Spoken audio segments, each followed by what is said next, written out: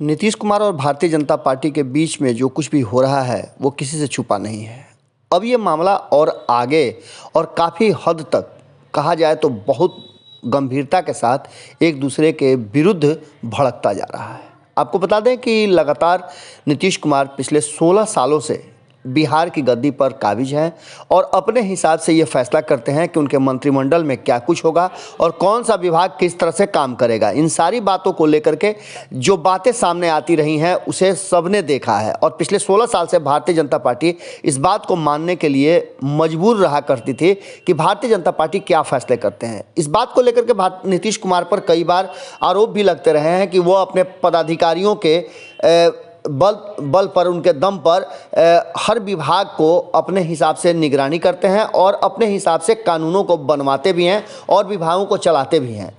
इसका कारण रहा है कि नीतीश कुमार पूरी तरह से मजबूत रहे हैं, लेकिन 2020 के चुनाव परिणाम आने के बाद से भारतीय जनता पार्टी ने पूरी तरह से पासा पलट दिया और उसके असर अब नज़र आ रहे हैं। पहले था कि नीतीश कुमार के सामने भारतीय जनता पार्टी तन करके कभी खड़ा नहीं होती थी। सुशील मोदी मुखिया हुआ करते थे और सुशील मोदी के अनुसार ही सब कुछ तय हुआ करता था। नीतीश कुमार और सुशील मोदी में कोई अंतर कहा जाता है कि नहीं था, लेकिन वर्तमान भारतीय जनता पार्टी बिल्कुल बदले स्वरूप में है और बदले स्वरूप में जो भी विभाग भारतीय जनता पार्टी के पास हैं उन विभागों पर अब नीतीश कुमार का अंकुश धीरे धीरे खत्म होता जा रहा है। आपने देखा होगा कि कई बार पदाधिकारियों को लेकर के कई तरह की बातें सामने आई हैं। अब तो आपने देखा ये भी होगा कि खुले मंच पर जो बातें मंत्रिमंडल के बीच में होनी चाहिए, मंत्रियों के बीच में होनी चाहिए, पार्टी और गठबंधन के साथियों के बीच में होनी चाहिए, वो सब खुल करके अब सड़क पे आ गई है और मीडिया के साथ साथ आम जनता के बीच में ये बातें कही जाने लगी हैं। एक दूसरे पर हमले भी खुल करके होने लगे हैं। इन्हीं सब बातों के बीच में एक पंचायती राज विभाग है। पंचायती राज विभाग के मंत्री हैं सम्राट चौधरी और ये सीधा केंद्र से गाइड होता है। जैसा कि आप सभी जानते हैं कि गिरिराज सिंह इसके मुखिया हैं। इन सारी बातों को लेकर के जो बातें सामने आ रही हैं उसमें कहा यह जा रहा है और जो चीज़ें सामने नज़र आ रही हैं कि नीतीश कुमार की एक नहीं चल रही है। पंचायती राज विभाग में जिस तरह की चीज़ें हैं, नीतियां बन रही हैं और जिस तरह के फैसले हो रहे हैं उसमें नीतीश कुमार सिर्फ मुखदर्शी हैं और यही कारण है कि भारतीय जनता पार्टी पूरी तरह से आश्वस्त है कि इस बार होने वाले जो एमएलसी के 24 एमएलसी के चुनाव हैं, जिसको पंचायती राज त्रिसदस्यीय पंचायती राज में के द्वारा चुने गए जो प्रतिनिधि हैं वही इसमें वोट करते हैं। इसको लेकर के नीतीश कुमार कहीं ना कहीं भीतर से हिले डुले हुए हैं और यही कारण है कि वो बार बार अधिक सीटों का डिमांड कर रहे हैं।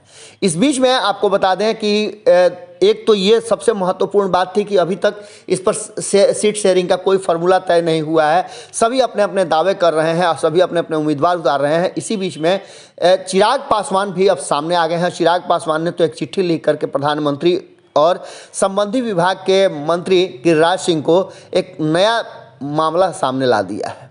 अब इससे साफ लग रहा है कि जिस तरह से नीतीश कुमार असहाय दिख रहे हैं और ये पहली बार हो रहा है 16 सालों में कि नीतीश कुमार इतने असहाय हैं। ऐसी स्थिति में आपको ये बात तो मानना पड़ेगा कि कहावत है कि हुक्का पानी बंद कर देना।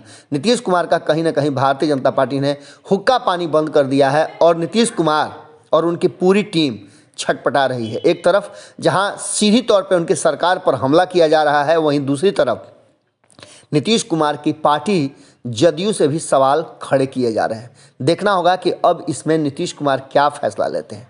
जुड़े रहिएगा भारत लाइव के साथ, खबरें अभी बहुत हैं। अगर ये वीडियो पसंद आई और वह बिहार के राजनीति और बिहारियत से सरोकार रखेनी तो सब्सक्राइब बटन दबा के चैनल के सब्सक्राइब कर ली। ओजे एगो घंटी बा, ओकरा बटन दबा देला से कुल सटीक और मारक खबर रुआ मुफ्त में मिल जाई। अगर रुआ पत्रकारिता के हमनी के नया प्रयोग में सहयोग कर चाहतानी तो ज्वाइन बटन दबा दी। पेटीएम नंबर नोट कर ली 9386816700। धन्यवाद।